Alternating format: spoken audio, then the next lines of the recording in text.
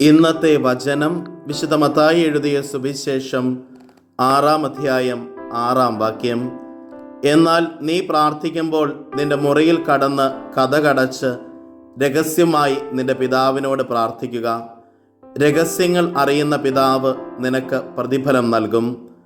കാരുണ്യവാനും സ്നേഹനിധിയുമായ നല്ല ദൈവമേ, അങ്ങേ തിരുസന്നിധിയിൽ ഞങ്ങളുടെ എല്ലാ പ്രാർത്ഥനാ നിയോഗങ്ങളെയും ചേർത്ത് വയ്ക്കുന്നു.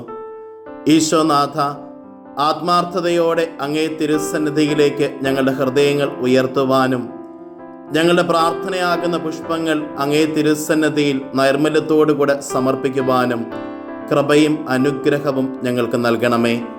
അമ്മേ മാതാവേ, ഞങ്ങൾക്ക് വേണ്ടി മാധ്യസ്ഥം യാചിക്കണമേ. നമ്മുടെ കർത്താവ് ഈശോ മിശിഹായുടെ കൃപയും പിതാവായ ദൈവത്തിൻ്റെ സ്നേഹവും പരിശുദ്ധാത്മാവിൻ്റെ സഹവാസവും നാം എല്ലാവരോടും കൂടെ ഉണ്ടായിരിക്കട്ടെ, ഇപ്പോഴും എപ്പോഴും എന്നേക്കും. ആമേൻ. ഇന്നത്തെ നിയോഗം: ആത്മീയ ജീവിതത്തിൽ വളരുവാനുള്ള കൃപയ്ക്ക് വേണ്ടി പ്രത്യേകം പ്രാർത്ഥിക്കാം.